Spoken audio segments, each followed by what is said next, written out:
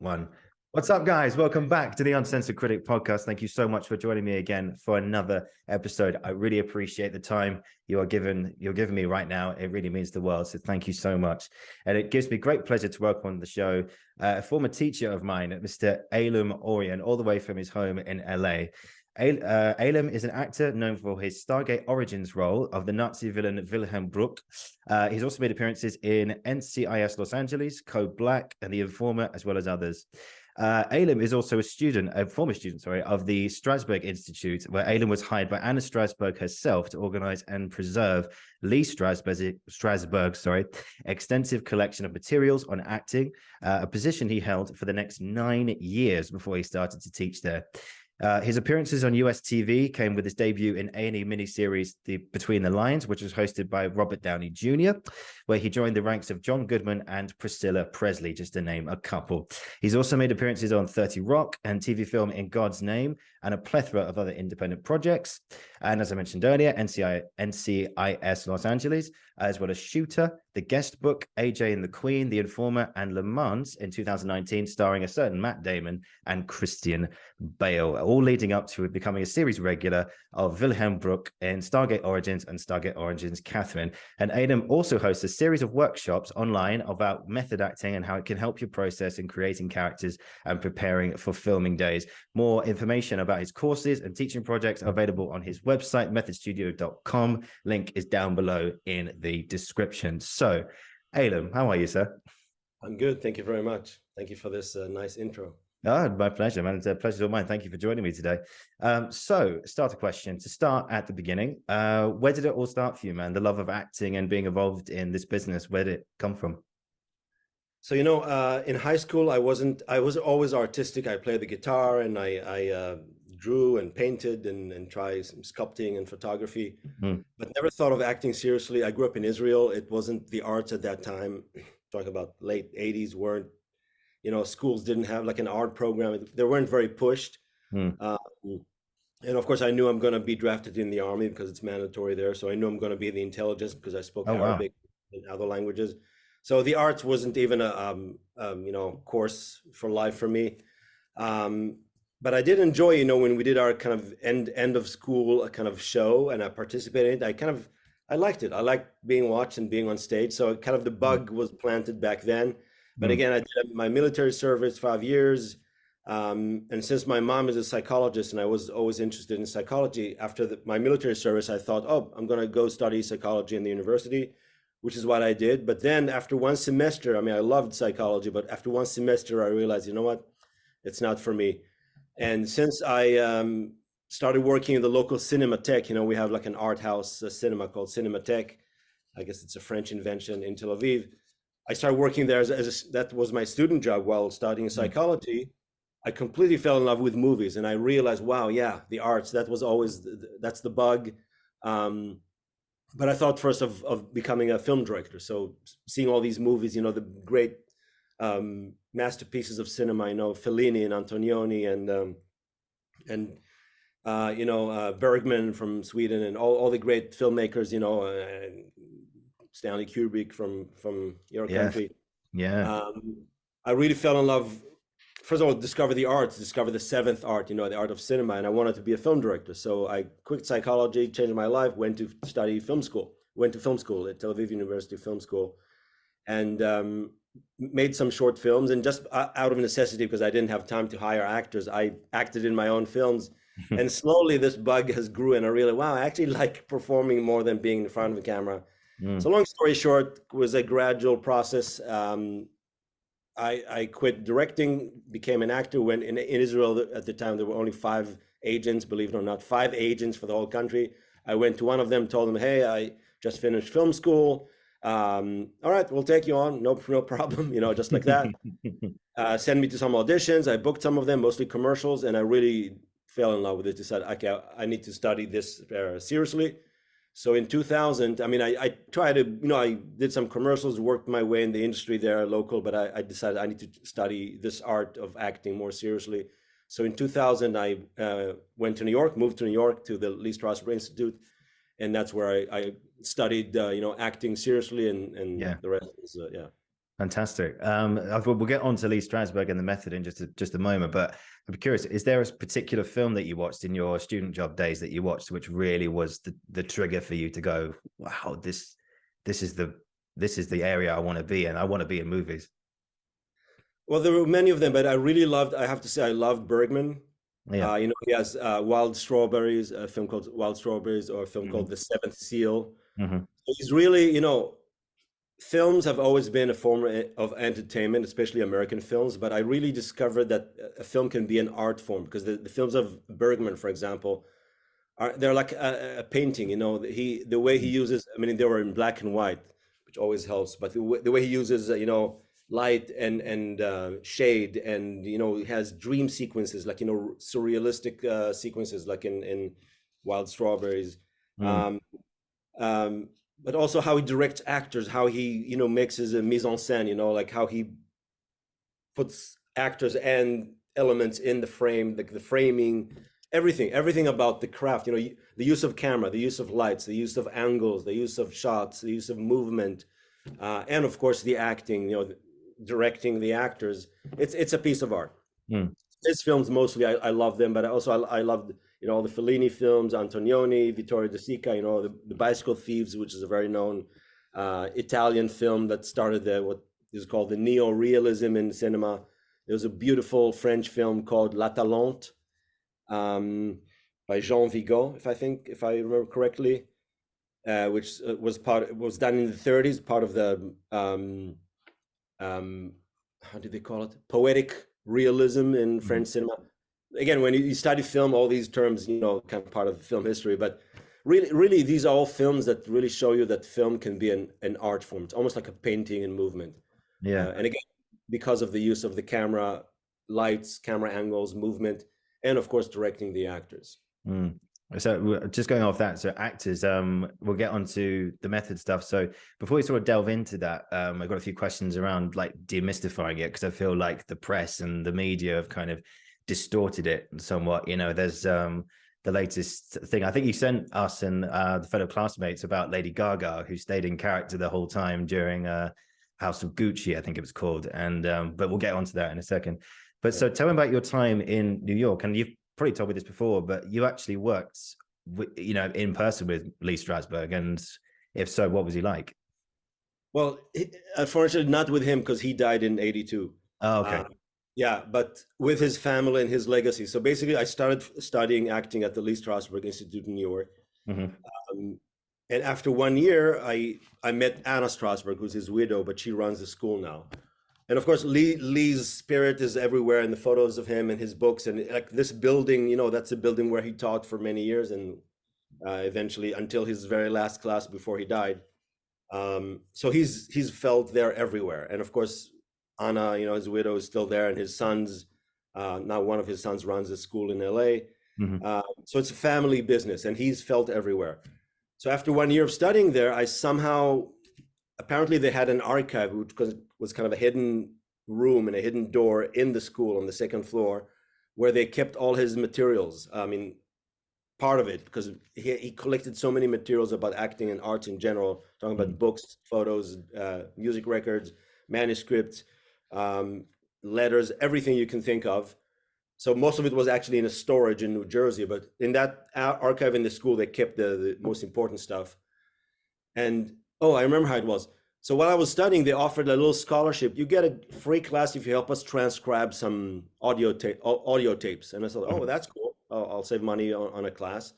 So basically, they gave us these reel-to-reel audio, 1/4 inch audio reels, like in the old days.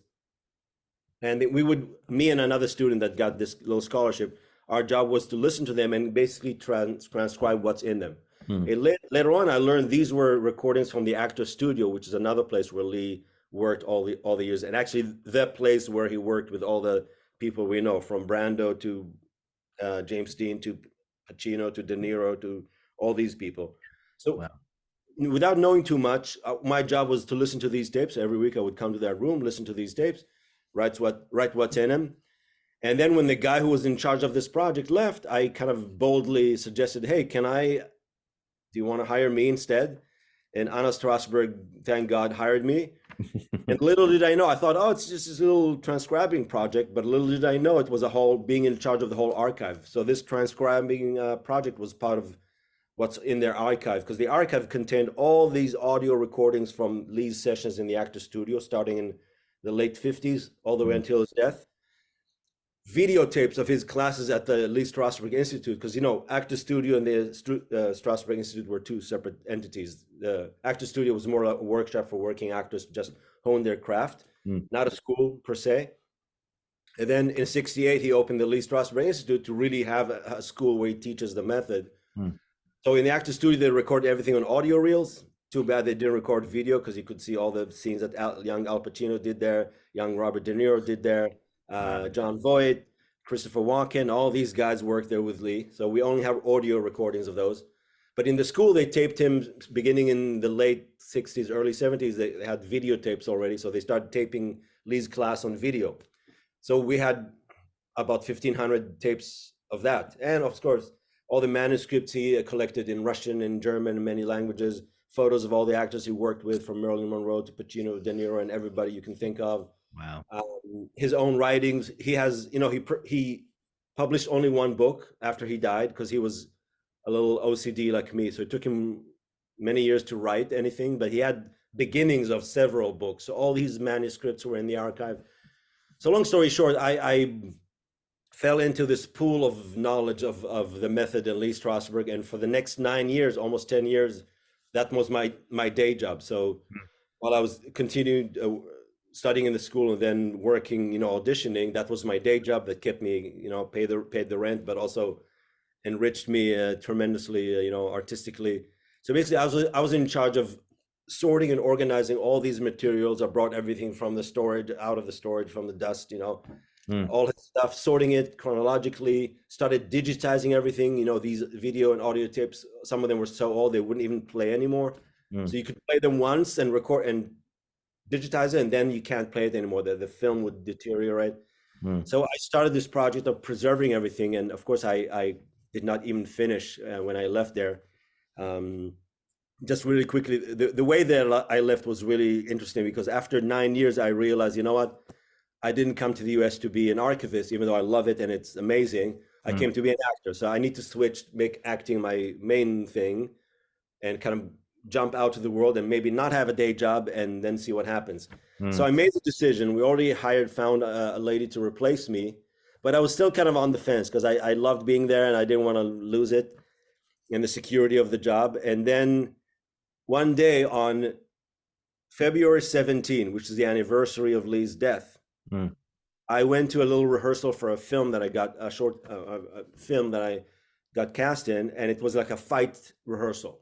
And I should have known, you know, there was no like a fight coordinator or stunt coordinator there. There were just a director and a bunch of guys. And he kind of directed it, hey, grab him, and then you grab him from behind and fall backwards with this guy. And I had my suspicions, but I went with it stupidly.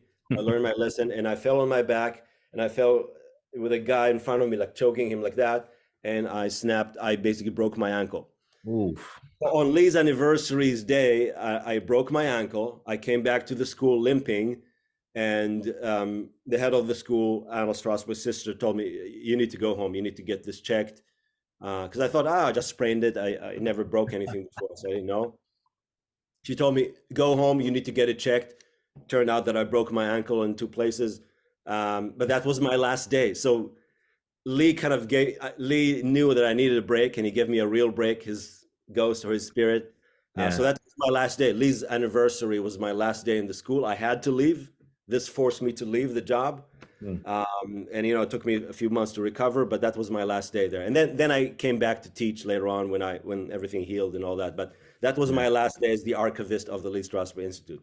Yeah. Talk about haunting from beyond the grave. That's physical breaking from the grave. But amazing. So let's jump into the method, or people always call it method acting. It's very been demystified and I think manipulated by the media, because we all think of, you know, I just mentioned Lady Gaga, and you think of someone like Daniel Day-Lewis or Robert De Niro, but Day-Lewis being someone who has been reported of walking around New York in a top hat as Bill the Butcher for 6 months, going to live in the jungle for Last of the Mohicans, and I think most famously texting his wife as Abraham Lincoln and stuff, all this kind of stuff. And I think people think, oh, if you're a method actor, it means you stay in character the whole time. But with your lessons, you said that's not it at all. So from your encyclopedic knowledge of this craft and everything, what is method acting, and what is it actually, rather than what we think it is? Yeah, so you put it really well. So after Lee's death, basically, everything went south, and because there was nobody around to defend it. So Lee developed this acting technique called the method, based on Stanislavski. We'll get into it, but yeah, basically up until his death, the method was the name of this acting technique that Lee has trained many generations of actors to use, including De Niro, Pacino, all these guys. And after his death, something happened. He wasn't around to defend it, but something happened, and it really went south. And over the next decade or two, the method became synonym with this kind of behavior that really has nothing to do with this technique called the method. So the behavior we now, or mostly the media, it's their fault. Whatever the media associates with the method, which is being crazy on set, gaining weight for a role, losing weight for a role, staying in character, I don't know, Shia LaBeouf, who's not a method actor, pulling one of his teeth for the film Fury to be like, the character, all kind of stories which I don't even know if they're true.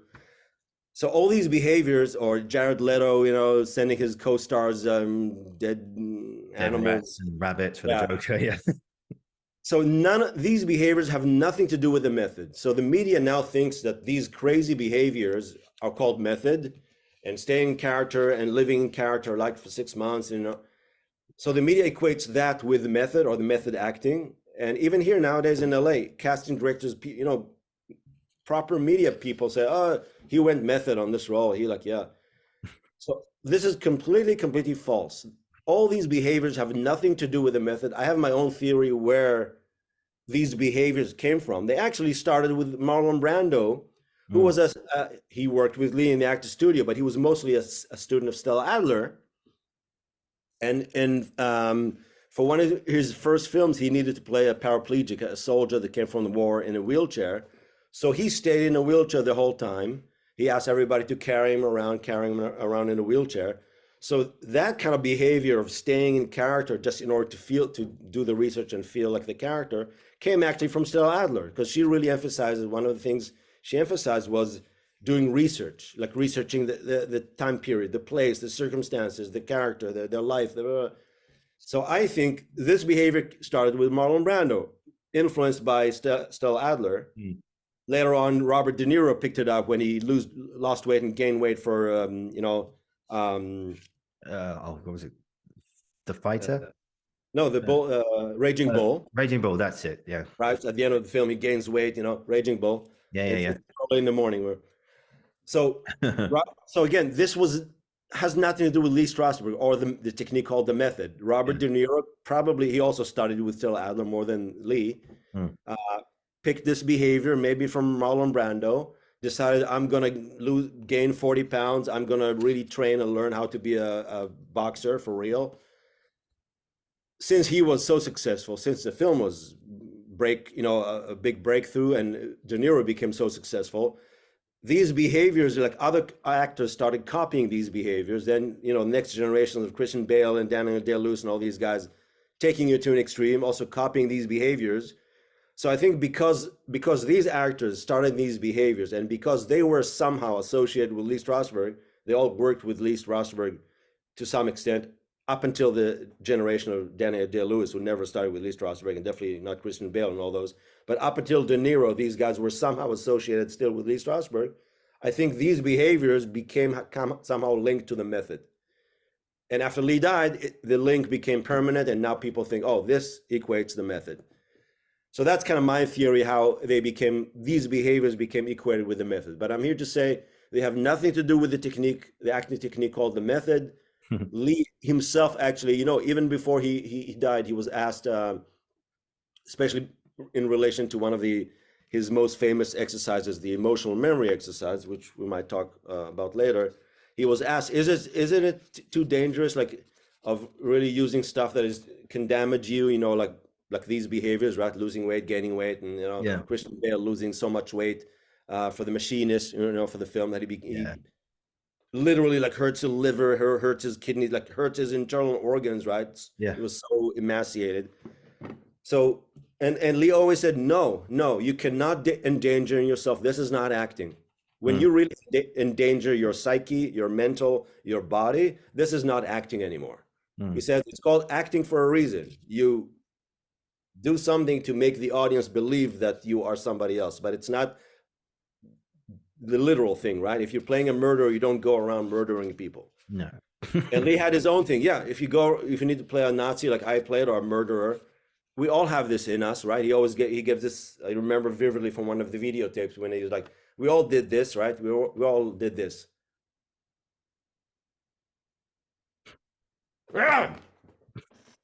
Right?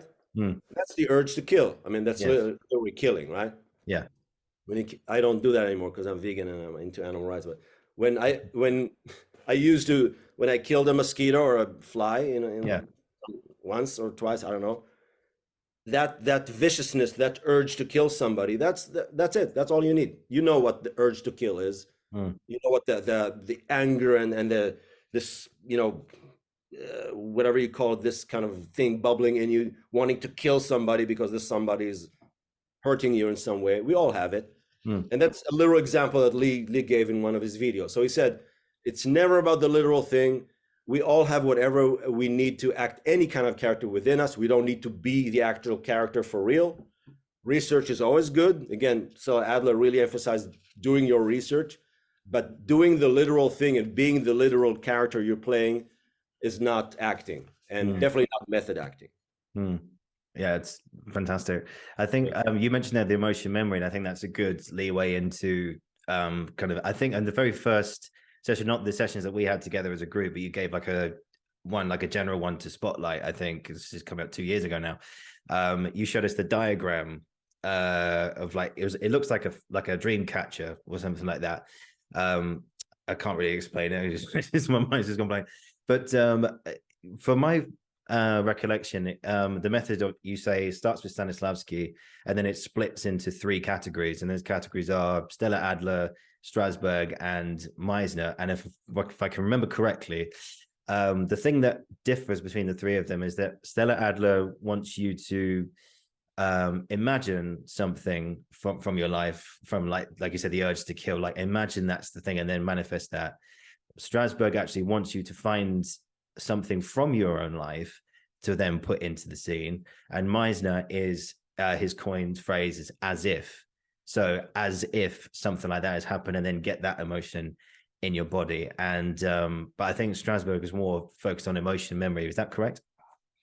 Yes and no. So it's been 2 years. So yeah. Go ahead. Yeah. So basically, that diagram you're referring to is the Stanislavski system. So Stanislavski was a Russian director, actor, researcher, and innovator of theater who lived in Moscow at the end of the 19th century, beginning of the 20th century. And he was the first one basically to try to organize acting training and also acting technique into a form of a formula, a technique. Because up until then, acting was like, yeah, if you had a good day, you acted well, or if the inspiration, you know, people really believed if God came on you, inspiration from the heavens, you acted well. If the next day you had no inspiration, you sucked, and that was normal. So he was trying to find a formula, a technique, how to make an actor act well every time, like force his own will to his own conceit, right? Like Hamlet says. Because he noticed, he thought it could be done. It shouldn't just be up to inspiration. So he, over his entire life, researched and worked with everything that we all know today, like emotional memory, imagination, as ifs, this and that, given circumstances, all physical movement, you know, psychological gestures, all these things that we all know from different techniques nowadays, Stanislavski experimented with. And he put all his findings into like a formula, which is called the Stanislavski system. And there were few versions of diagrams of this formula. I showed you some of them. And then he died pretty early in 1938, but he put all his findings into the Stanislavski system. Luckily for us, Lee Strasberg, Adler, Harold Clurman, Cheryl Crawford, all these guys that worked in America, in New York, together in a theater group called the Group Theater in the 30s and early 40s, heard about about Stanislavski, about the Russian teachings, about the theater that Stanislavski worked with, the Moscow Art Theater.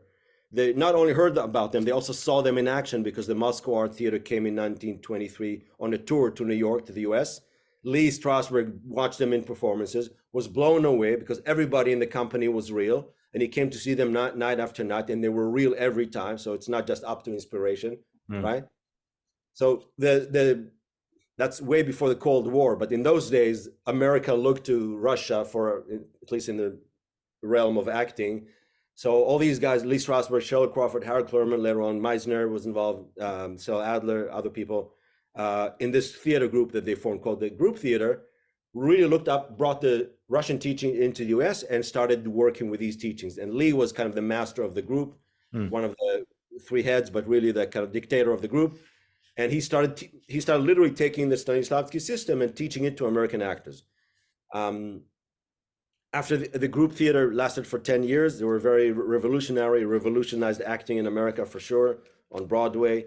Ilya Kazan, the director, was there, one of the first method directors that was responsible for putting James Dean and Marlon Brando in his first films, right? Responsible for their careers. But once this group disbanded, these three major teachers, Lee Strasberg, Stella Adler, and Sanford Meisner, took one element. It's funny, each one of them took one element from the Stanislavski system and stuck with it and developed it further into their own technique. Therefore, we have the Lee Strasberg technique, i.e. the method, the Stella Adler technique, the Meisner technique. And by the way, like I said in my classes, all techniques you have today, any technique you can think of, and I'm not talking about the physically based technique, right? Like Grotowski and all that's our viewpoints and all that. But every other acting technique that is internal, it's all versions of one of these three. Like there's no new technique other than Strasberg, Adler, and Meisner. Like Ivana Chalbak and all these things, every technique you might hear today is a version or combination of one of these things. So really each one of them stuck with one version, but together, and that's why I teach all three of them, together they form a complete acting training. Again, not talking about the pure physical based techniques. That's a whole other world. But basically, so really quickly, Adler stuck with the imagination part of the Stanislavski system. And her thing was kind of similar to what you said, but basically, you need to bring yourself to imagine that you are the character in their circumstances. So it's not about, she actually said, it's not about using your own life. It's not about using the time when you were 5 years old and you fell and you cried. It's not about imagining how your grandfather dies and it makes you sad. It's really not about you and nothing from your life, but you do use your imagination. And she developed ways of how to use your imagination to really imagine that you are Hamlet and that your father, your beloved father, just died. And you're pissed with your mother who's marrying your stupid uncle, who's nothing like your father, right? So if you, Oliver, me, Aylam, if we can put ourselves in those circumstances and really believe that they are real for us, we will get affected automatically by these circumstances. And we'll probably behave like Hamlet is behaving, right? And if we're not behaving exactly like Hamlet under these circumstances, because Hamlet, for example, is known to be hesitant and he's like deliberating with himself, what should I do? Should I kill the uncle? Should I not? Under those circumstances, will probably be, oh, I'm going to kill this uncle right away, right? But if you need to generate the behavior of Hamlet, if you're doing the play, you can tweak your belief in the circumstance to such a degree that you will behave like Hamlet. But basically, it's in a nutshell, you forget about your own life. If you make yourself, using her exercises, if you make yourself believe that those circumstances of Hamlet are true for you, they're happening to you. Again, your father just died, whom you love dearly. You just came from school. You find that your father was died. A ghost or somebody tells you that he was poisoned, and then your mother is suspiciously marrying your uncle, who's like a nobody. If you would be put in these circumstances, you will feel all these things that Hamlet is feeling: rage and suspicion and inaction and not knowing what to do. and pursuing the truth, all these themes that are in the play, right, in Hamlet. So that's a still Adler technique. And she developed, again, specific imagination exercise of how you make yourself believe. Because if I, like I always give the example, if I sit now in my chair, I can sit up until next week in my chair and telling myself, I'm Danish, I'm a prince, my name is Hamlet, my father just died, and my mother is marrying my uncle. It's not going to work. I mean, I'm not going to really believe in those circumstances if I just sit there and try to imagine, right? So she developed her own technique of how to bring yourself to really imagine these things, so much so that they're so real for you that you really believe them. And then you get affected by it automatically. So that's still Adler technique. Strasberg, well, let's start with Meisner. Meisner took the imagination part of the Stanislavski system, but mostly something called an as-if. In the Stanislavski system, they had something called the magic if, which is a little similar. Meisner coined the term as-if. But basically, it's, again, using your imagination, but not trying to make yourself believe that you're Hamlet. But basically going, okay, Hamlet just lost his dear father, and his mother is marrying the brother of the father, only like a month after the funeral of the father. What could happen in my life? So now bringing it back to me, not to Hamlet. Aylam, what could happen in my life that would be as if I'm Hamlet and my dear father just died and I'm hearing the news that my mother is marrying my uncle? For example, I could imagine, and it's all imaginary, right? Again, using my imagination. But it's using my imagination in relation to my life. Basically like a fantasy. So what could happen in my life? So for example, if I'm getting the next lead role in the Steven Spielberg film, right? I'm about to get it. So I imagine, oh, wow, amazing. And my agent's calling me and I'm on top of the world and I'm going to be a star and all this. And then the next, or a week later, or one day before filming, I get a call. Oh, they actually decided to give the role to Christian Bale. So sorry. And not only that, but they actually, because I was supposed to have a contract with them for, I don't know, for the next 3 years, 3 films. Not only that, but they have to cancel completely your contract.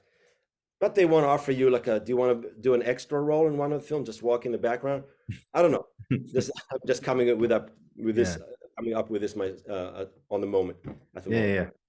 So if I can really imagine all this happening to me, right? Sit there and really, again, not just sit there, but do his way of imagining things. If I imagine this happening to me, I would probably feel like Hamlet. I would feel as if my dear father, I heard that he just died, and then I'm hearing that my mother's marrying my uncle. It's like, this feeling of, it's ridiculous and it's insane. I can't believe it. Like, what the fuck, like, Yeah. So that is an as if. So that is an as if. I don't have the circumstances of Hamlet. I will never have. I'm not a Danish prince. I will never be able to be in those circumstances. So Meisner said, find something you could imagine in relation to your own life that would be as if you are Hamlet and all these things happen to you. So again, the Meisner uses imagination but brings it to your own life. So he said it's impossible for you to imagine me. I'm a Jewish guy, right? Impossible for me to imagine I'm a Nazi officer wanting to kill Jews, right? It's impossible for me to play a serial child killer. Impossible. I mean, thank God. I can't even bring myself to get close to imagine myself in their circumstances and wanting to be like that. But I can imagine other things that will be as if. I can imagine wanting to kill somebody because they hurt my family or my animals. I can imagine wanting to, like, I don't know, destroy a whole civilization of aliens that are attacking Earth, right? So I can bring myself with my imagination relating to my own life. I can imagine something that could happen to me, that if it happened to me, right, a whole invasion of aliens attacking now my city and Earth, and they killed God forbid, my animals and my family. So I have to like defend Earth and I have to fight them and, get weapons and start, killing all of them. Sorry, guys, I'm using here very violent examples. I'm not a violent guy.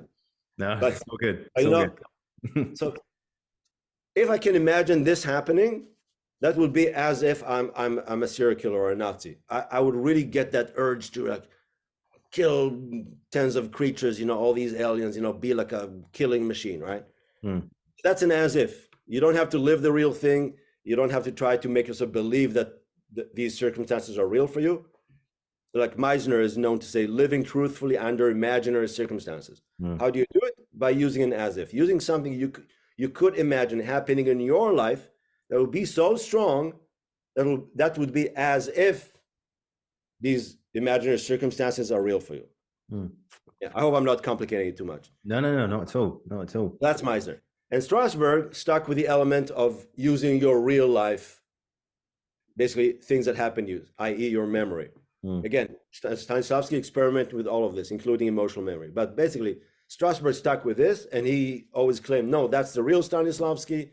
Adler said, no, he changed his mind. His work with imagination and action, no, that's the real Stanislavski. Meisner had his own version. But Strasberg stuck with the element of using your memory. So basically, if I need to play Hamlet, again, too much work to bring myself to imagine that I'm a Danish prince and my father died and my mother's marrying my uncle. Too much. Impossible almost. So he said, no. Again, use the fly example. Use things that already happened to you in your past, in your memory, that are similar, are parallel, are a substitution to the circumstances of Hamlet. So kind of like Meisner, use something from your own life that would give you a behavior that is similar to what the circumstances are, the imaginary circumstances. But instead of imagining something that could happen to you, use something that did happen to you already. We all killed. We all have felt the urge to kill. We all were heartbroken. We all felt love. We all felt terrible heartbreak, right? We all, assuming that you're old enough and lived a life, right? We all felt the full gamut of human emotions, and we're all under every circumstances, including the circumstance of wanting to kill somebody or killing something, right? Including every extreme circumstance that you can think of. And then the trick is, how do you pull them out of your memory? How do you connect to those experiences that happened to you? Relive them, relive the moment or what happened, right? Relive that moment when I killed the fly or wanted to kill a fly, right? That I felt so angry that I wanted to kill somebody because they were disturbing my sleep, right? Connect to that, relive that moment, and then you can play a serial killer or a Nazi, because you'll have the urge to kill in you. You had it already in your past, and it doesn't matter. It's a substitution. It doesn't matter that this was the fly and now we're talking about humans, right? Or aliens. It doesn't matter.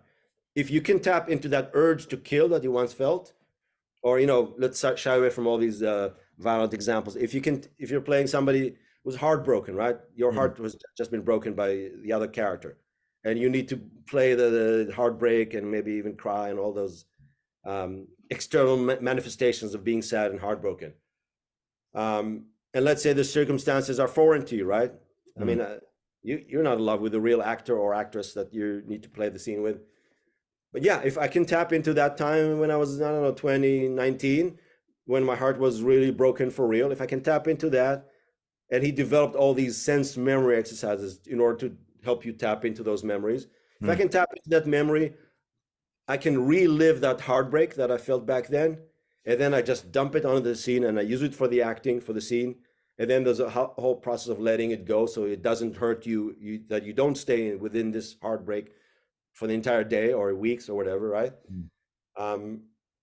So in a nutshell, you can tap, there's a way to tap into your memories, relive experiences that we all felt in our lifetime up until now, use those for the scene, substitute what's going in the scene with that, but it gives you real behavior. It's a similar behavior to the behavior of the character. And that in a nutshell is method acting. So all these great method actors, from James Dean, Marlon Brando, Pacino, De Niro, John Voight, Christopher Walken, Mickey Rourke, Sally Field, Faye Dunaway, Meryl Streep in a way, because she never studied with Lee, but she studied with Bobby Lewis, who was also in the group theater at Yale and taught the same thing. So you might call her a method actress. All these people have been using this technique. So they might have used the Adler technique or Meisner as well. Some of them did study with these other teachers, but mainly they were known, and that's why they were known as method actors, because they worked with Lee and they trained in how to use these techniques, sense memory mostly, to tap into past experiences, reliving them and using them for the scene. In a nutshell, that's kind of the three main techniques that came out of the Stanislavski system. Again, Adler is about the imagination, really bringing yourself to believe the circumstances of the script. Meisner is using your imagination to imagine something that could happen to you that will be as if will be a substitute for the circumstances of the script. And Strasberg is all about using your memory, your real life experiences, to substitute the circumstances of the script. Yeah. School. There you go. There you go. Yeah, brilliant. One thing that I think you started every session off, and I think you showed us pictures of from the Strasberg Institute, was how to organize, to get all that emotion, everything you just said there was, fantastic. The key thing from Strasberg was just to relax. And I think you showed us a clip of Anthony Hopkins talking to, I can't remember his name, but he was doing one of those. Yes, Charlie Rose. He said that the best thing that happens in life is when you relax. And, you showed us pictures of, and these are actual pictures you showed us of people doing the relaxation, who are literally just folding into a chair and like literally looking like, they're either just very lazy or very, very drunk. But, that is essentially, relax, and then the emotion will come. So that's what he started. Well, that's what you did with your sessions, but Strasberg did that at the start of every workshop, didn't he? Yeah. So again, in the Strasberg technique, which is the real method, the crux of it was training in the sense memory exercises, because he found that the way to reconnect with those past experiences is through your senses. Because just using a regular memory, if I just sit here now and try to remember, oh yeah, that time when this girl broke my heart, I wanted to kill myself. I was so heartbroken. Yeah, I might get some of this emotion back, or I might be able to tap into it, but not really, because my memory, my brain actually wants to shy away from all these painful experiences, right? My brain has actually tried to make you not remember those. So you might remember to an extent, especially if you relax and you sit at home and you're alone. But if you're in your trailer on a big Steven Spielberg film set, or you're in front of the cameras in a close-up, and there's Steven Spielberg and there's, Michael Bay and all the crew and everybody, right? I guarantee you will feel nothing, zero, if you just sit there and try to remember what happened to you when that girl broke your heart. You'll be under so much pressure, you'll be so bottlenecked, you will get zero, guaranteed from experience. Yeah. So Lee discovered the way to tap into those memories, kind of going around your brain, is using your senses, what your senses remember. Because your senses are like little kids. You ask them, hey, sense of sight, sense of hearing, sense of touch. What do you remember from that time when this girl told you she's leaving you? And boom, they give you the answer. They don't care. They're not there to protect you.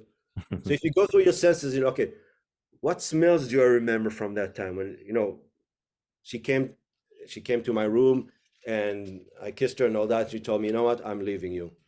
And then, or maybe I lit a candle and we're sitting for a while, and then she told me, you know what, I'm sorry, I decided I'm leaving you. And then she,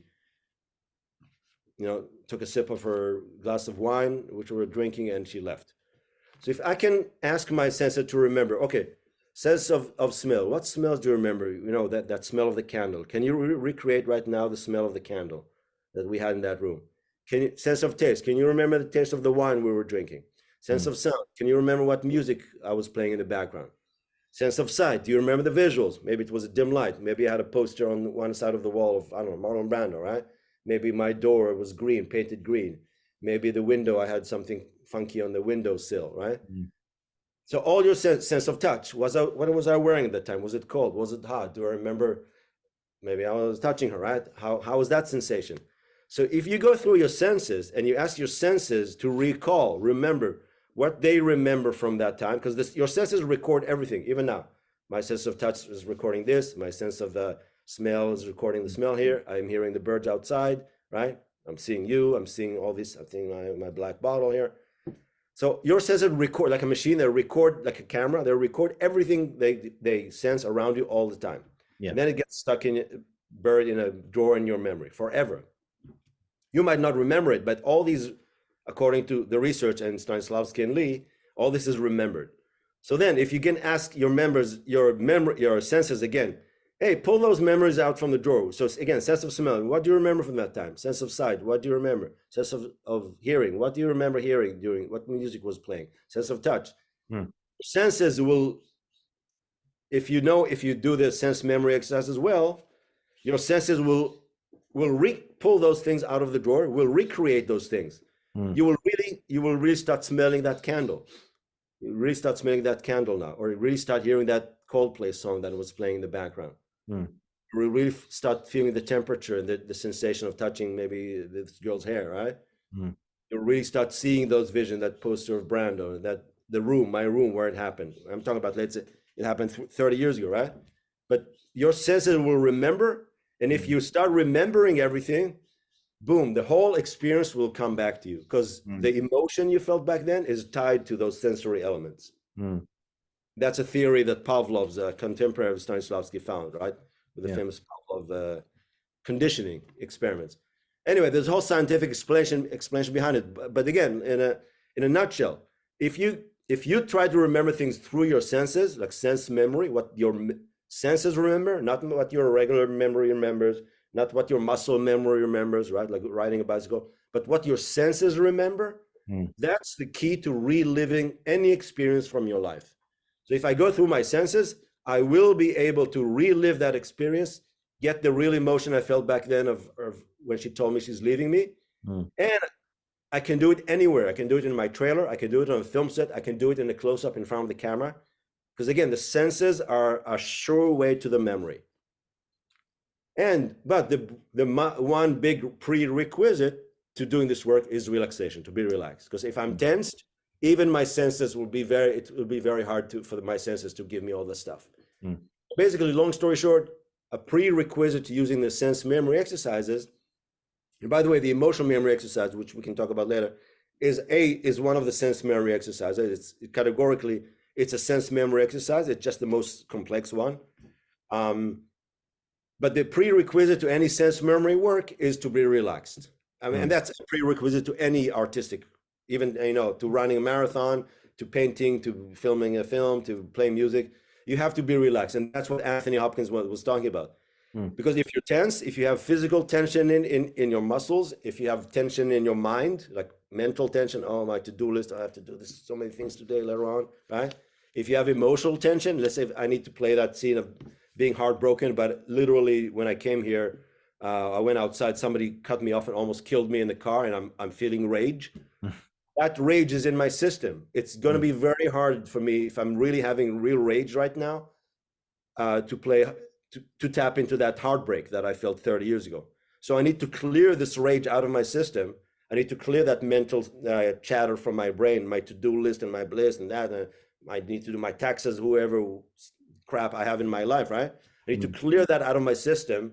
And I need to clear any physical tension I have in my body, right? Here, in the big muscles, anywhere, out of my system, so that I'm like a clear slate to take on, to do the sense memory exercises, to do any kind of artistic work. So Lee really emphasized, other than sense memory, the second thing was relaxation. And indeed, every class or every session in the Strasberg Institute during his days and after starts with like an hour relaxation, deep relaxation exercises, and then sense memory work. So actually, it's a usually 4-hour class. First 2 hours is relaxation and sense memory. Second 2 hours is scene work. But the relaxation and sense memory exercises are the basic prerequisite to all the work. And the relaxation, there's many ways to relax yourself, from hypnosis to stretches and all kind of technique, yoga, and I don't know, all kind of technique to relax the body. But Lee really took it to a next level. He developed this specific relaxation technique that really relaxes your body, your mental, your brain, and your emotional, right? Like your heart, whatever you want to call it, your emotional part. And it looks really weird. It looks like you described. I even have a picture here on my computer. I can maybe share it, but it looks like you're being drunk or crazy. You're sitting in a chair and you're literally going one body part by the other, relaxing them physically, but also relaxing like your emotion and your mental, right? And that is done usually through a sound. So it looks like a nut house. It looks like like people sitting in a chair doing all these movements, making weird sounds. But that's, again, this weird technique is to basically to relax your instrument, both physical, mental, emotional, so that you're as empty as possible, to then do sense memory exercises or any exercises and take on emotions and other behavior, right? Need for your character. I think that's a good lead on to one of your examples in Code Black, the busty scene that we did all together. I think for anyone who hasn't seen it, Aylam's in a scene where in hospital and they rush your son into hospital, yeah. And you told us that you had to shoot it like 47 times or something like that. Or was it more than that?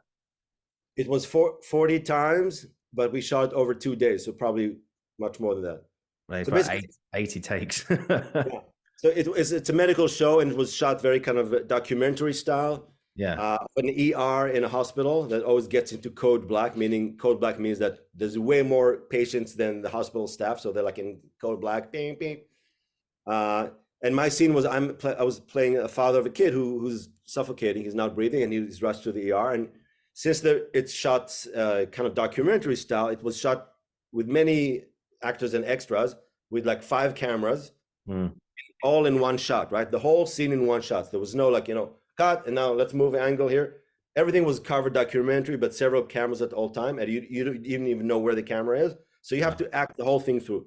So for 40 takes, I had to get the emotion of me freaking out because my son is about to die. Wow. And he's I'm talking about it now. It's still coming back to me. So, I had to do a take of the whole scene, me and my wife, and we're freaking out. And at some point he's rushed because he's having trouble breathing. But then during the procedure they're doing on him, he really stops breathing. And then, we think he's dying. Please do something. And then finally he comes back to life. So we had to act through that whole thing 40 times. So how do you do it? Yeah. Wow. You relax. First of all, you relax. You do this relaxation in your trailer or just on set before they film. You do this relaxation. I did my sense memory exercise. I got the emotion of freaking out. My son is about to die. Do the whole take, cut. Instead of chit-chatting and doing what other actors are doing, I need to get ready for the next take. So I do my relaxation again because now I got tense. Doing all this, I got tense. I do another relaxation quickly before the next take, a mini one, right? Just relax my tension. I probably got tense in my neck, right, in my face. Do a mini relaxation, relax whatever I don't need out of my system. Get the emotion again. Get ready for a second take. Yeah, so that's a perfect example that on a film set, there's going to be all these pressures and repetition, take after take. Sometimes they'll do the take right away. You won't have time. So first and foremost, you need your instrument to be relaxed as much as possible. Of course, you won't be 100% relaxed because the minute you are watched by cameras or people, you're going to get tense. I don't care if you can be Daniel Day-Lewis has done it many times. The minute you step in being watched by people, you get tense to some degree. So you won't be 100% relaxed, but as much as possible, you need to be relaxed. And then you can take on any sense memory work or any other technique you want to use, imagination, right? Like we said. To get the emotion and the behavior of the character, and then you do the scene, the take, cut, relax the extra tension out, get the emotion of the character again, do another take. So yeah, that's the practical application of all these techniques on a film set. Wow. Or TV set. So I'm just good. How did you, because it's such an emotionally demanding thing that you did nearly 100 times, how did you protect yourself, like because you're going through such things? How do you protect yourself from going too far in a way or seeing or feeling too much, which I think some critiques of the method are saying that you can destroy yourself or feel too much and damage yourself as a result. How do you protect yourself? Yeah, so this is a great question. And indeed, one of the criticisms that people had, including Estelle Adler, about the method is like, yeah, I mean, enough with digging stuff from your own memory, you can hurt yourself. I mean, what if you're digging an experience that was too strong for you? What if you're using, I don't know, if you were molested and you're reliving that, right? What if you're using the time of a violence and you're reliving a violent experience, and that can re-damage you? And again, Lee would get that question often, and he would answer 2 things. First of all, it's up to you to choose which experience from your own memory you want to choose. You as an adult need to know certain experiences are too much. I don't want to use them. Because the whole purpose is to use whatever happened to you in your past for the sake of art, for the sake of the scene, and that's it. So not be, what's the name of the Australian guy that played the Joker? Heath Ledger. Heath Ledger. Not be Heath Ledger and keep it with you 24 hours. I mean, we don't know. That's the rumors of what happened, right? That's the story, yeah. Playing the joke, yeah. Not keep it with you, not wallow in it the whole time, not stay on set the whole time and wallow in it. And not use something that is too, again, not use something that's too strong or too difficult for you. Don't use that. Use something else. We all experience so many experiences. You know, the heartbreak, if that specific heartbreak was too strong, use another heartbreak that happened to you that you could use and it won't devastate you. So it's two answers. Lee said, first, you choose which experiences from your life you want to relive and use, and you need to do it responsibly. Second, after you use whatever you chose to use for the sake of art, you need to relax that out of your system. So at the end of that day on Cold Black, I went back to my trailer and did a big ass relaxation, relaxed all that emotion that I conjured for the scene out of my system as much as I can, right? Relaxed all this emotion, you know, all this stress over my son, and all this emotion, probably cried a lot, relaxed that out of my system, relaxed the mental tension, you know, oh, was I good? All these things that we have in our mind, relax the physical tension it created in my body. And then when I left my trailer, more or less, I was as relaxed as possible to go back to the real world. And in LA, you have to put on a, you know, London as well, right? It's not like you can go out to the world, hey, I'm all vulnerable and open. Hey, it's a tough world out there. You have to put on a shield, right? Like close yourself down, you know, especially in big cities. So yeah, so it's a two process. First, you choose which things to use, and you know which things you shouldn't use for your own psyche.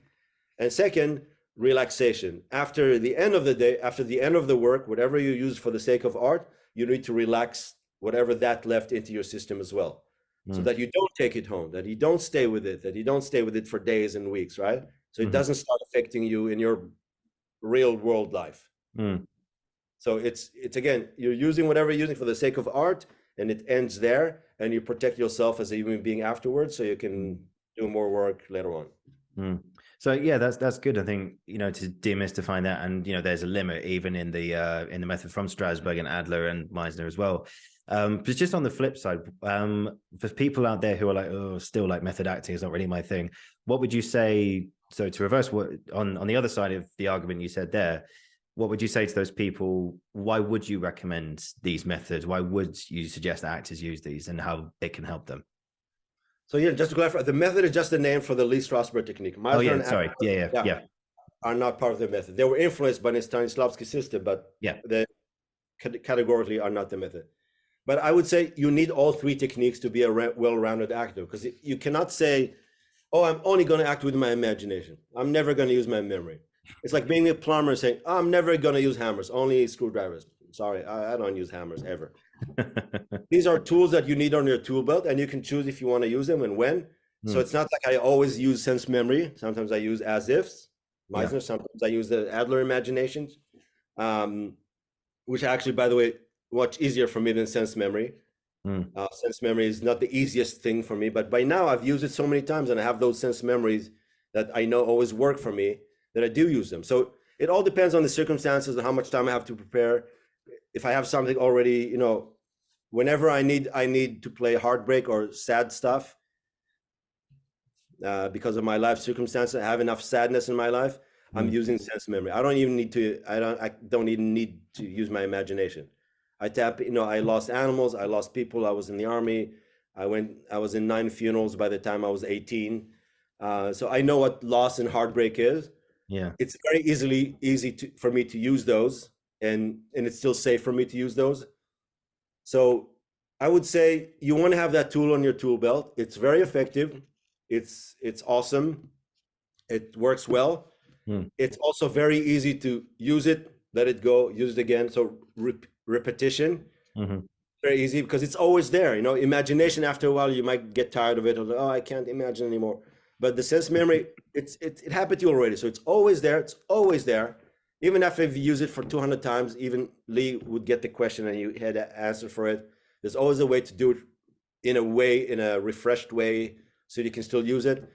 And also, if you use one thing from your past and you're done with it, let's say you're doing a play on Broadway, right? 8 shows a week, and you've used it 1,000 times, you're tired of it.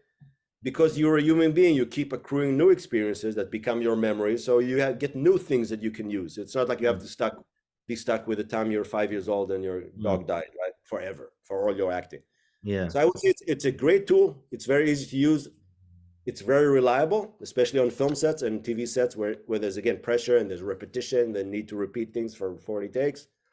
And it's not dangerous at all. Again, if you know which things to use and if you know how to relax it later on, it's really not dangerous. I think I'm pretty okay and not crazy. Yeah, it's all good. I think I'm pretty balanced, and it hasn't affected me negatively. That's good. And yeah, it's one of the three great main tools that I think you should have as an actor on your tool belt. So why cut it out completely? You know, why not use it? Absolutely. And again, if you realize that that what the media calls the method is not the actual technique, the actual technique is completely different, then there's no stigma around it. There's no fear in using it. Yeah, I think one thing that you instilled in us as well, again from Strasberg, is when you're trying to get to, and I think you heard this on one of the audio tapes, so correct me if I'm wrong, that if he was talking to a student as like you're trying to get to a certain place, and they kept saying, oh well, they told the story essentially, and they were like, oh, this happened, and he was like, no, I don't want to hear the story. I just want to what's around you, what's the center of me. Is that right? Yeah. So that was an example of the emotional memory exercise that Lee did. So in the sense memory training, there's a sequence of exercise that Lee would take you through to train you in recalling things through your senses, because it needs training. It's like learning a language or karate, right? You need to learn how to recall things with your memories. You know, how to recall sounds and smells and tastes and visuals from the past, right? So you need to train to do that. So Lee developed a whole sequence of exercises that go from the most simple exercise where you just use one sense, right? Like sense of smell or sense of touch, to more complex exercises where you use all your senses at once to recall an event. So that's the emotional memory exercise. So when you need a strong emotion, so then you go to an event that happened to you, like that past experience, that heartbreak or whatever, a strong event that happened to you where you felt that strong emotion. And you're using all your senses to recall everything that was around you at the time. So all the smells, the tactile sensations, the visuals, the sounds, the tastes, right? So all the senses. Yeah. So that's the emotional memory exercise. And since it's an exercise that is more complex and you need to be trained in sense memory to do it, Lee would let you do it only after a year or two of studying with him. And once a year, he would do like a demonstration of the emotional memory exercise, how it works, in front of the whole school. So he would bring a student, get them relaxed, do the relaxation for a while, and then guide them in recalling, tapping into that event using their senses and recalling what happened. But again, because we're not used to just using our sense memory, we're all used to using regular memory. The actors doing the exercise would always, and there's tapes, videotapes of those in the archive there at the Strasberg Institute. The actors would naturally start, because Lee, in order to know what they're doing, he would ask them to say out loud what they're recalling, just for him to know if they're doing it right. When you do it on your own, you don't have to speak out loud. You just recall to yourself. Yeah. But he would ask them to start describing what their senses are recalling. And of course, because we all used to use our regular memory, the actor doing the demonstration would start telling him the story. Oh, I see a man coming to me and he's raising his hand. And Lee would always, no, darling. He was this kind of angry little Jewish man. No, darling, I don't care about the story. Don't tell me what happened. Tell me what you see, what you hear, what you smell, what you taste, and what you feel with your body. So he would try to nudge the actor to, again, just recall the sensory elements, not the story. Because the minute you involve your regular memory trying to recall the story, you're out of the sense memory realm. You again, back to trying to recall what happened. And then you're limited, your senses are shut down, you're not going to recall it well. So it was trying to get the actor to shut down the regular memory of events, of facts, and just rely on the senses. So I don't even, if I'm recalling that heartbreak with a girl, I don't even need to remember what happened. I just need to focus on smelling that smell, right? That smell of the candle that was in my room. If I can really get the smell right now, and just the audio, that song that I was playing in the background, right? This Coldplay song, right? It's always Coldplay songs when you're feeling sad things, right? And remembering the temperature in the room. Remember what I was wearing. Remember the me caressing the girl's hair, right? Remember that taste. We were drinking red wine. If I really can recall the taste of the wine, So again, I'm just focusing on the sensory elements. That's the purpose of this exercise. And the idea is, and it works because I've done it, I can tell you that it works. If I'm just focusing on the sensory elements that were there, not on what happened, not on what she told me, not what I did and she did, just the sensory elements, boom, at some point the whole experience will come back to you. So indeed, in those emotional memory demonstrations, the actors would start going, they would start telling Lee the story of what happens. He would, no, darling, don't tell me what happened. I just want what you hear, what you smell, what you feel, what you taste. And then eventually, because he was guiding them, eventually there was a moment where they're like, boom, the whole experience would come back to them, and they would like shout or cry or get the whole emotion back. And then Lee would, and in one of them he was like, "You see, Stella, it works." Like, I told Stella Adler, "You see, it works." Yeah. So that's from the emotional memory demonstrations that he used to do. Fantastic. Was there a rift between? Philip, you mentioned there, that's how it works. Stella. Was there a rift between the two of them at one point? They had a rivalry already in the days of the group theater, because again, Lee was kind of the strong dictator of the group theater, and he really stuck with the sense memory, emotional memory work from Stanislavski. Stella was a child actor from the age of 4. Her father was in the Yiddish theater in New York in the Lower East Side. She used her memory from age 0. She hated all this digging into the past and using sense memory. She used her imagination, not memory. Yeah. So she was used to using her imagination like all kids do, right? She didn't need to, and she didn't have anything to recall at age 4. So she was very easy with her imagination. So all this pressure from Lee in the group theater and him being kind of the dictator. No, we're using sense memory, emotional memory. We're using Stanislavski. She rebelled, and she even went to Paris and met with Stanislavski. You remember the story. She met with him in Paris, studied with him for 6 weeks. That's what the story says. Came back to the group theater and said, "No, Stanislavski, we're doing it all wrong." Stanislavski changed his mind. He's not doing all this sense memory work. Now he's using imagination and actions. Lee, it was a big fight. Lee, so basically there was always a rivalry between them. That thing with the Stanislavski really kind of was the last straw. They had a big fight. Lee left the group theater as a result because he felt like completely betrayed. All right. And they never kind of reconciled. Over the years, they kind of, in the way they did, because Harold Klorman, Lee's best friend, ended up being the husband of Stella Adler. So they ended their life on good terms, but there was always this rivalry and always kind of a big argument between them. Who was right and who was doing the real Stanislavski? Lee always said, no, the core of Stanislavski was this sense memory, emotional memory work. Stella said, no, he changed his mind completely. His core is imagination and working with actions, which is something else. So they both kind of always, you see, I'm right. They always kind of had this need to prove that they were right about it, but it's kind of silly. Well, it's like you could say that to the media now, couldn't you? Because when it's like, what's your reaction when you see those stories? Like Lady Gaga stayed in a character the whole time, the method approach. I think there was another story about Gary Oldman being method for Dracula or something, using the Meisner technique or something. So when you read stories like that, you're just like, no, this is all wrong. This is all wrong. Yeah, exactly. That's the reaction I get. And that's why I started doing these workshops, both here in the US and to you guys in Spotlight, of demystifying the method, because it kills me especially when I'm so close to the Strasberg legacy and to the family. And I worked for them for almost 10 years. And he was like my substitute dad, mystical connections to the guy, like breaking my ankle on his anniversary. And by the way, here in LA, I live like about 200 feet from where he used to live. So we kind of connected, but it kills me because it's completely wrong. It gives the method a bad name. People don't want to use the actual technique that the method is, and it's all wrong. And also, it's not that I think there's anything wrong with these behaviors. I mean, it's up to you to decide. Yeah, you want to pull your tooth out for the role. You want to stay in character. You want to play the Joker and take it home and have this affect you to the point that it kills you. It's your choice. And I'm not saying that's what happened. That's what we think happened. Supposedly happened, yeah. Yeah. But, you want to be Daniel Day-Lewis and have everyone on set call you Mr. President the whole time.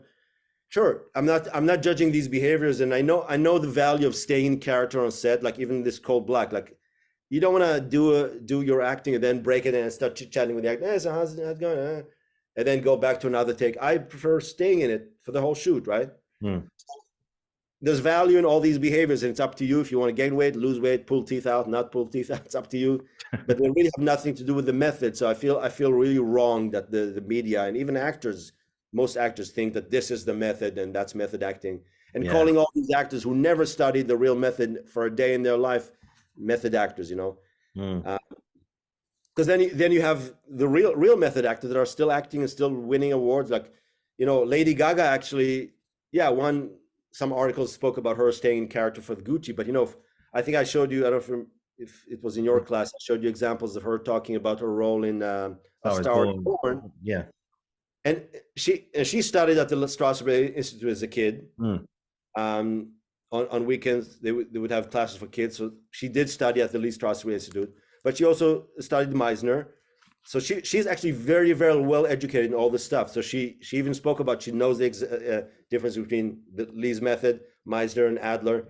And on that film, she worked with Bradley Cooper, who also studied the method. Yeah. So she's really well versed. So she said, "Oh, for this I use an as if. For this I use sense memory." I don't know if you remember. I showed you a clip, I think. Yeah. But I was in a Q&A with her after that screening of the film, and I was so smart to turn my camera on. I caught her saying that you know, there was a scene there in A Star is Born where she gets the news that that the guy dies, right? Like Bradley Cooper's, her lover, that he died. Yeah. He was an alcoholic. So she said for that, so there was a scene where she gets the news and she goes through a corridor and she smashes, there's these pictures covered in glass hanging on the corridor. She smashes all of them. So she said for that specific scene, she said, I used sense memories for certain scenes. I used this, I used imagination. For that scene, I used an as if. And she really, for a really rare thing, because usually actors don't reveal what they use for their acting, she said, I use an as if of my sister dying for that scene. So it's an as if. She used an as if in which she, you know, it's an imaginary thing, right? Like we said, an as if. It's an imaginary something she could imagine happening to her in her life, that as if she got the news that her lover died. So she used an as if in which she gets the news that her sister died. So you see, it's a substitution. She went to her own life. She comes with something imaginary that could happen to her, that if it happened to her, it would be as if she just got the news that her lover died. So she used an imagining that her sister, who was apparently close to her, that she dies, and she got the emotion from that, and that's what she used for the scene. Fantastic. I mean, just certainly demystifies the whole thing. I've just got a couple more questions for you, Aylam, today. The first one is, you mentioned that obviously you spent 9 years at the Strasberg Institute, and you never got the chance to actually meet Lee, unfortunately. But if you say tomorrow you were given one chance, and there's Lee, he's back, he's on Earth for just this one moment, just for you. If there was one question you could ask him, what would it be? Oh man, it's almost, I don't have questions for him because I know the guy for almost 10 years. I lived him every day. I watched all his videos. I listened to all these recordings, read everything he wrote. You know, there's one thing he never got over. That was the big disappointment of his life, that he never got to meet his idol, Stanislavski. It's very close. He did go to Russia, but when he went to Russia, Stanislavski was in Paris. He always missed him. And he even said that once he thought he was in Moscow, and he thought he saw him on the other side of the street, but he was too afraid to approach him and see if that's really him. Yeah. So that was his real kind of the big miss or loss of his life. So I guess I would ask him why did he never make an attempt to meet his big idol Stanislavski, and then not have this regret? Because really on his deathbed, that was the biggest regret of his life, that he never met Stanislavski. Because every third word that Lee said was Stanislavski. That was his God, his Bible, and that's everything. What all the method technique is used on, is based on. So yeah, I guess I would ask him why, because he could have made like a deliberate attempt to go to Russia and meet him, or I don't know, invite him to the US.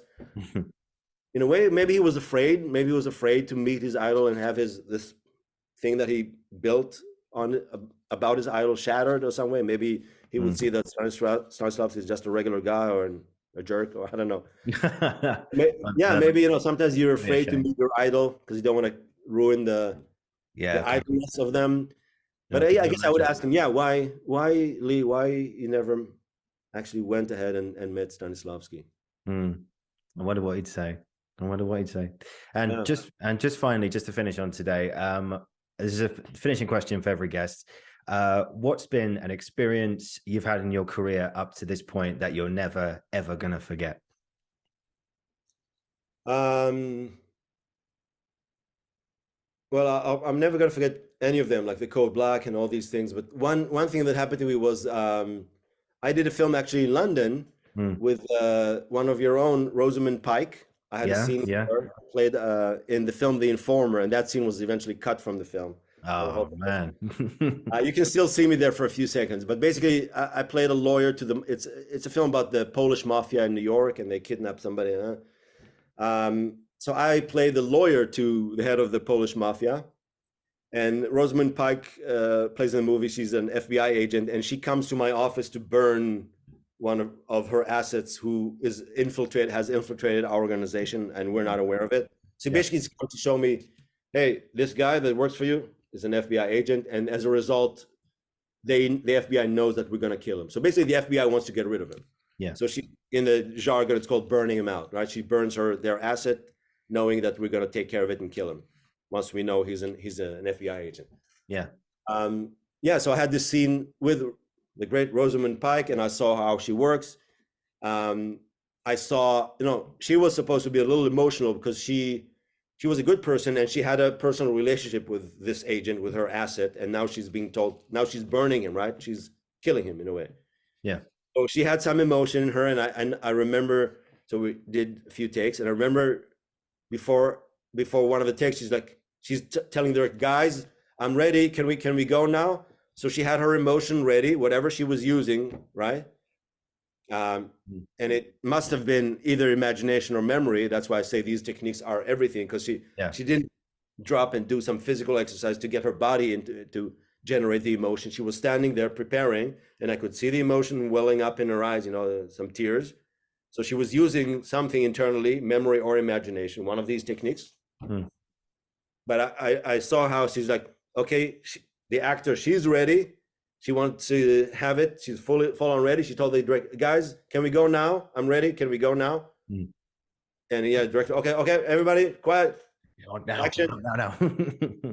So that was a nice lesson. I didn't have a great experience on that set. The director was very rough and very kind of, it's like wasn't happy with what I was doing, because I had a whole different understanding of who he wanted this character to be. Eventually, I did the thing that he wanted, but it was a great learning experience for me, seeing how she works, and also the other lessons I learned from what he told me. But mostly seeing how she worked. You know, she's an A-list actor, and but just seeing these little moments of how an actor, you know, Stanislavski book, An Actor Prepares, how an actor prepares, how she's getting ready, getting her emotion, using one of these techniques, getting it to the point that she's ready, and then she's telling the crew, I'm ready, can we go now? And we went and we captured that, and fantastic. Wow, what a story. And Aylam, thank you so much for today. I've really loved it. You know, it's been so great to delve back into the method, and well, Strasberg, Adler, and Meisner. I know it's so good to have a fresh understanding of it again. And I could recommend anyone watching and listening to do Aylam's classes. They're very informative, and it really gives you, even if method is the method, or as Adler and Meisner not really your thing, I think it's still a good thing to have in your toolbox, because you never know when it's going to be helpful enough. And keep up with that. Again, his website is down below in the description. Sign up for those workshops while you can. And so thank you for watching. Thank you for listening. This has been the Uncensored Critic podcast, and I will be back very soon. And once again, Aylam, thank you so much, sir. Thank you for having me. Thank you to everybody watching or listening. And if you want to learn the real method, let's do it. Let's do it. Thank you, Aylam.